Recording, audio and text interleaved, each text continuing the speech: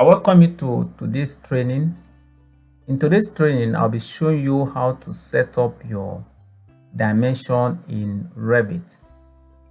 Yesterday, we started with how to start with Revit architecture from scratch. So if you are a complete beginner, I recommend you watch that video first before you come back to this one, because that was when we started from scratch.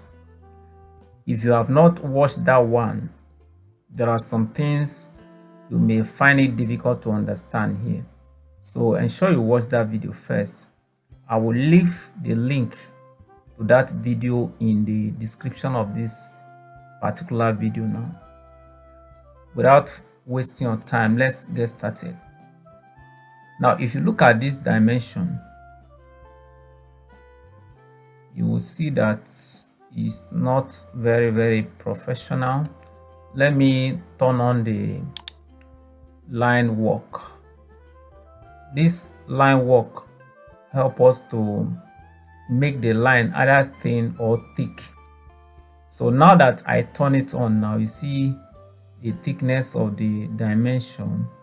So what I want to show you today, I want to show you that you can reduce the length of this thick mark. Then you can also change the color of the dimension line or text. It depends on your choice. All right. So first, if I select this dimension and I want to modify it, I will go to Property Palette and click Edit. The normal thing you should do is, if you are just starting, you don't want to tamper with the existing dimension, then it is advisable you duplicate it. So you duplicate it and give it a name. The name I normally give my own is Room Dim. So anytime I see this name, I know that this is the one I edited. Okay, so if you look at the tick mark, what we have here is arrow open 90°, diagonal 3 mm, and all of those ones that are here. I want to reduce the length of that tick to 2 mm or even 1 mm. Okay, so that is one of the things that you can see there. Then if you look at this place, you can change the color here. Assuming I want to change the color to blue, I want to change the color to blue. Let me choose this blue and click OK. That is the color have been changed to blue. Let's click OK and see. Now you see now that the color is now blue. Good. What if you want to change the font? You want to change the font, just click Edit. You see now that I am still editing that particular one, I don't need to duplicate again. But initially, the first time you are editing your dimension, you will need to duplicate it. But subsequently, you don't need to duplicate it. Rather, you click Edit because you are editing what you have created before. All right, so let's look for text. Under this text, you will see text font. So you can click on this drop down and you will see different font that you can choose from. It depends on your choice. For me, I always like to use Stylus BT. This particular one, that's the one I always want to use. So you have your own style. Okay, so that is the one I choose. Just choose the one you want. Then you can modify the text size. If you want the text size to be big, you can increase the size of the text to something like 4.5. If you want to reduce it, you can make it 1 point something, 2 point something. So just be testing it and know the one that is suitable for you. Okay, so let's click OK for now. We'll come back to it later. I see the size of the text have increased. So the one I want to work on now is the tick mark, So to work on the tick mark, you are going to go to manage. See this manage. Then you click additional settings. You will go to arrowhead. Okay, sorry. You go to annotation. Then you follow annotation to arrowheads. Click on it. Then you will see type. See type here. If you click on this drop down now, you will see that this diagonal 3 mm. Select it. Now I want to modify it, but I don't want to tamper with this one. So what I will do now is to duplicate it. Instead of 3 mm now, I can make it 1.5 mm. Then I'll click OK. So the tick size, I will make it something like 1.5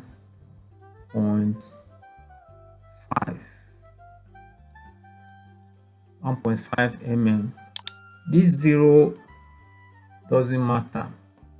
Okay, this 0 don't matter.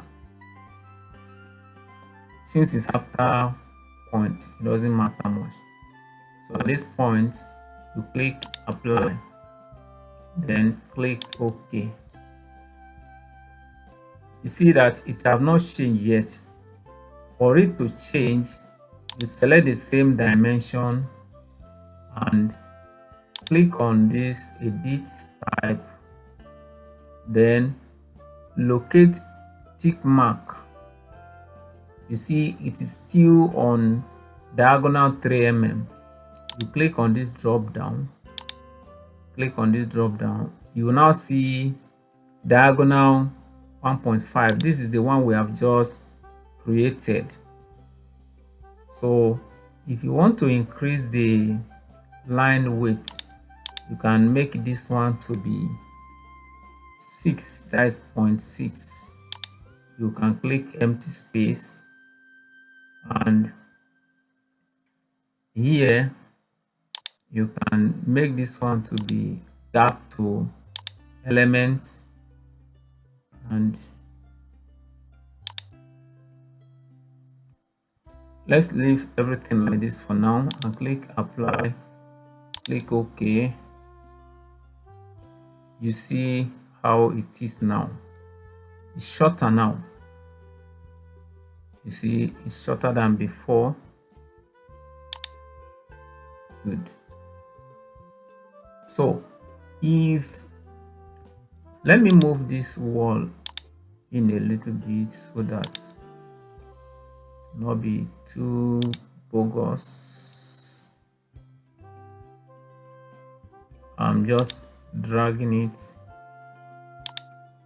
I'll just select it and drag it. Okay. So if I select this dimension now and I click on create similar, by the way, the one I'm using is diagonal. If you click on this drop down, you will see several types. Let me click on this drop down. Okay, you see linear, you see aligned, you see angular, radial, and so many of them. The one I'm using currently is this.